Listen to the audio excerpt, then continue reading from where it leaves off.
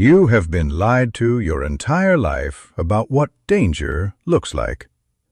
You were taught that dangerous people announce themselves, that betrayal has a smell, that manipulation comes with a warning label, that the ones who will hollow you out and leave you standing in the ruins of what you used to be will somehow look different from everyone else. They do not. The most devastating damage done to you in this life will not come from your enemies. It will come from people who smiled at you, people who said the right things, people whose words sounded like warmth but functioned like a slow poison. One conversation at a time, one phrase at a time, dissolving your judgment until you could no longer trust your own instincts. There are 5 specific phrases that operate like this, surgical instruments of psychological control. And the fifth one will force you to rethink every significant relationship you have ever had.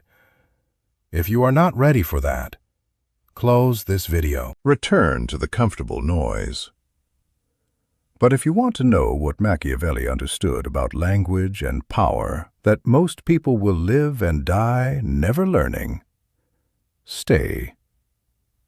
You were brainwashed to believe that words are just words, that intent is what matters, that good people sometimes say clumsy things and you should extend charity, assume the best, give the benefit of the doubt. This is how prey is manufactured. Language is not neutral. It never has been. Every phrase a person reaches for is a window into their relationship with power, specifically, their relationship to your power. The words people choose when they are under pressure, when they want something from you, when they feel threatened by your progress, these are not accidents. They are patterns, fingerprints of a psychological architecture that most people are too distracted or too sentimental to read. Machiavelli wrote in The Prince, "Everyone sees what you appear to be. Few experience what you really are." He understood that the performance of language is where control is exercised. The prince who cannot read the performance of those around him does not remain a prince. Robert Greene built an empire of strategic thinking on this same foundation. In the 48 Laws of Power, Law 3 states, "Conceal your intentions." But what Greene also understood, and what is less often discussed, is that people who cannot conceal their intentions reveal them through their vocabulary, through their habitual phrases, through the verbal tics that expose the machinery beneath the mask. I'm going to show you 5 of the most dangerous phrases in circulation. Phrases that signal a personality you cannot afford proximity to. But be warned, some of them will sound kind. Some of them will sound like love. That is precisely what makes them lethal. The first revelation. I'm just being honest. Honesty has nothing to defend. Truth stands without announcement. When a person prefaces their words with, "I'm just being honest," what they are actually doing is preloading permission to harm you. They are naming a virtue in order to weaponize it. This phrase is not a signal of truth-telling. It is a signal of aggression dressed in the costume of integrity. The average person hears those words and softens. You have been conditioned to receive what follows as brave, as raw, as a gift. It is not. Watch what always follows that phrase: a criticism, a diminishment, an unsolicited evaluation of your choices, your appearance, your worth. The phrase functions as a legal disclaimer before an assault. Psychologists call this behavior venomous honesty. And Dr. Harriet Lerner, who spent decades researching human communication patterns, identified it as one of the primary tools of dominance in personal relationships. The person who just tells it like it is has found a socially acceptable method of attack that comes with its own built-in defense. If you react, you are sensitive. If you do not react, you are absorbing the blow. Julius Caesar was surrounded by men who just told the hard truth. Brutus, Cassius, they dressed their ambition in the language of civic honesty. The Republic, the people. What they were actually performing was a coordinated removal of a man whose power they feared. Truth was the mask. The blade was underneath. When someone uses this phrase, do not argue with what follows it. Nod once, say nothing. Then reduce their access to you by precisely the degree of their supposed honesty. What kind of person needs to announce their integrity before speaking? Ask yourself that, because the next phrase is worse. The second revelation. I don't want to start anything, but... This phrase has already started something. The person delivering it knows this. I don't want to cause drama, but... I'm not trying to make trouble, but... All variations of the same mechanism. This is the language of a person who wants the effects of conflict without the accountability of initiating it. They are lighting a fire and then pointing at the smoke and saying they did not want heat. Most people do not recognize this because they are focused on the content of what follows. You must train yourself to stop at the phrase itself. The phrase is the confession. This is what behavioral analysts call plausible deniability framing. The speaker constructs a narrative of reluctance before delivering information specifically designed to destabilize you about a relationship, a reputation, a secret. They want you to react. They want the explosion. But they want to be standing safely behind the glass when it happens. King Philip IV of France used this mechanism at an institutional scale.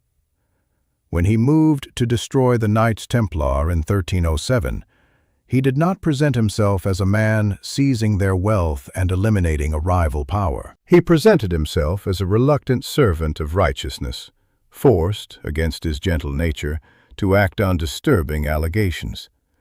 He did not want to start anything, he merely had to. And he burned them alive. The construction of reluctance is the architecture of aggression.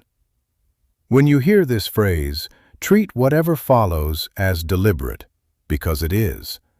Archive it, respond minimally, and begin calculating what this person gains from the information they are releasing into your life.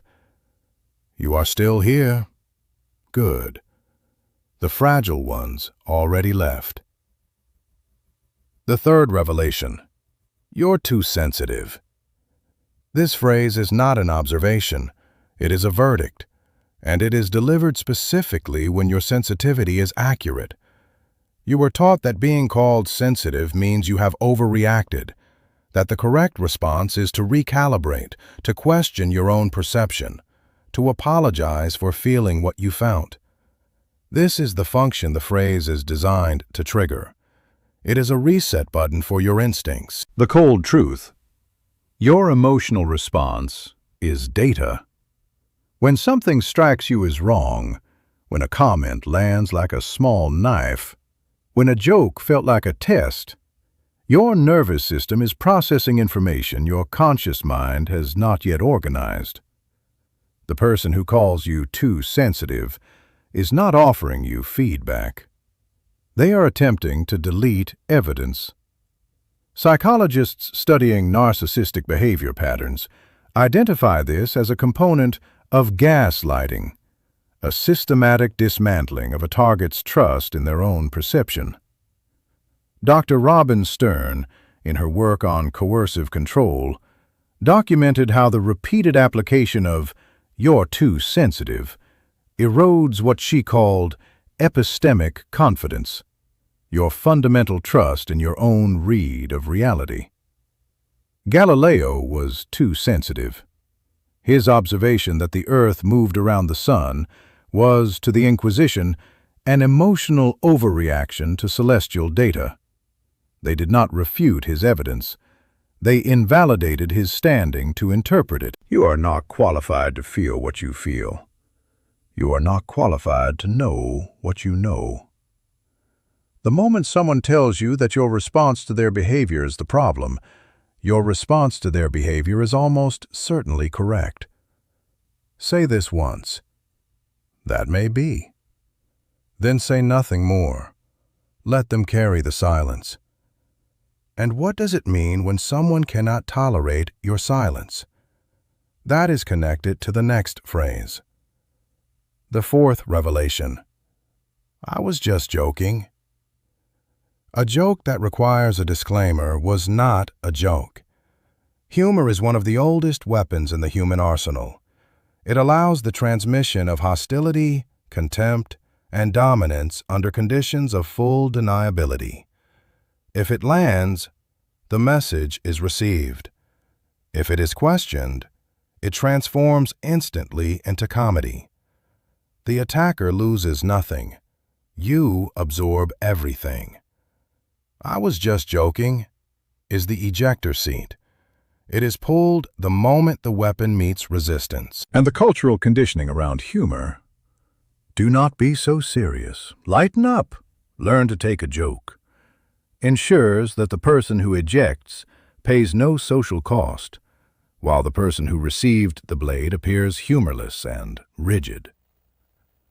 Robert Greene, in the 33 Strategies of War, identifies this as the controlled chaos strategy, using ambiguity as a weapon.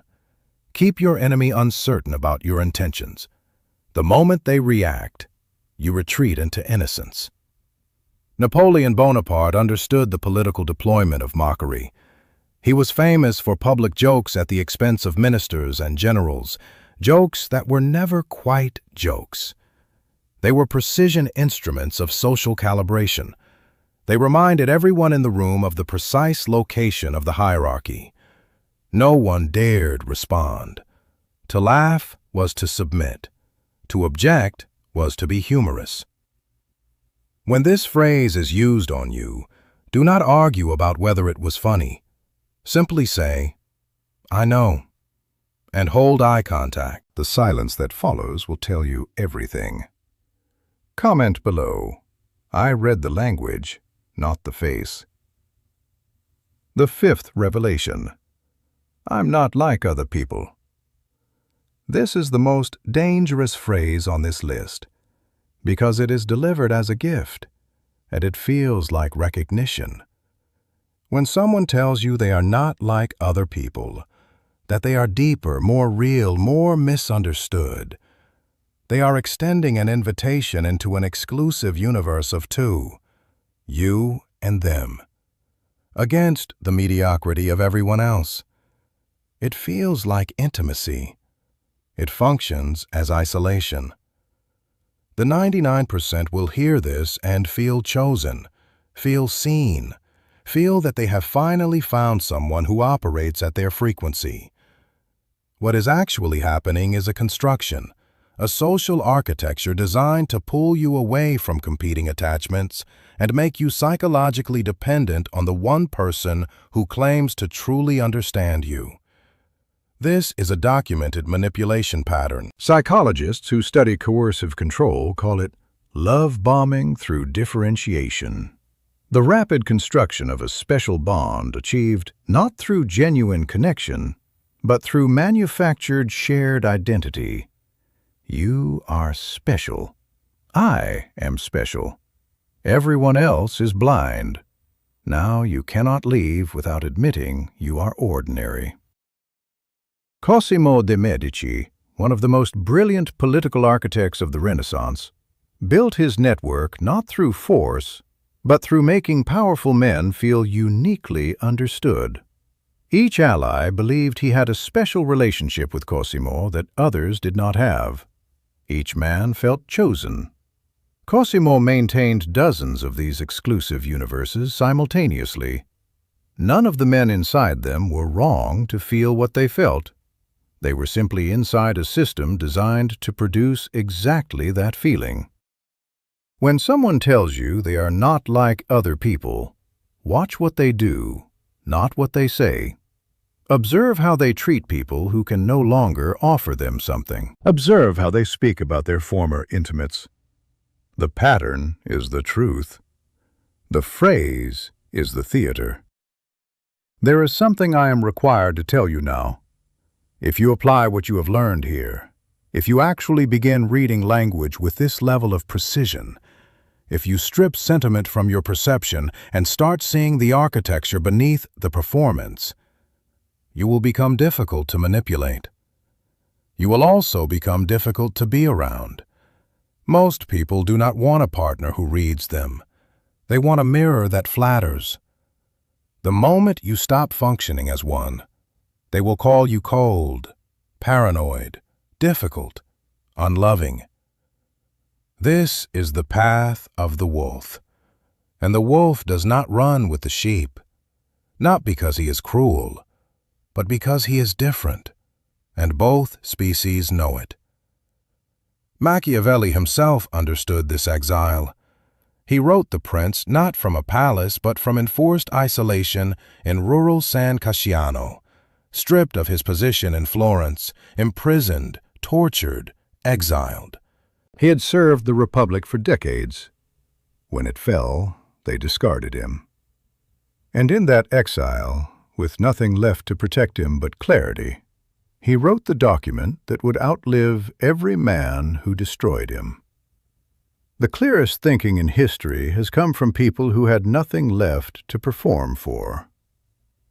This freedom you are building, this ability to see past the language, to read the phrase beneath the phrase, to trust your own read of reality, it will cost you certain relationships. Certain rooms will become uncomfortable. Certain people will feel exposed around you without understanding why. This freedom is cold, but it is the only freedom that is truly yours. You made it here. That is not small. Most people cannot sit inside an uncomfortable truth for 10 minutes without reaching for something to soften it. You did not reach. That is the beginning of something. Subscribe not because I asked you to. Subscribe because you are done being the person who hears these phrases and does nothing. Because you are done being the last one in the room to understand what is actually being said. What I can share publicly has limits. What I cannot say here, the deeper frameworks, the specific case studies, the systems for reading power in real time, that exists for members. The algorithm does not promote what it cannot control. Find the link, or do not. The choice, as always, is yours. The sovereign does not beg. He simply continues building.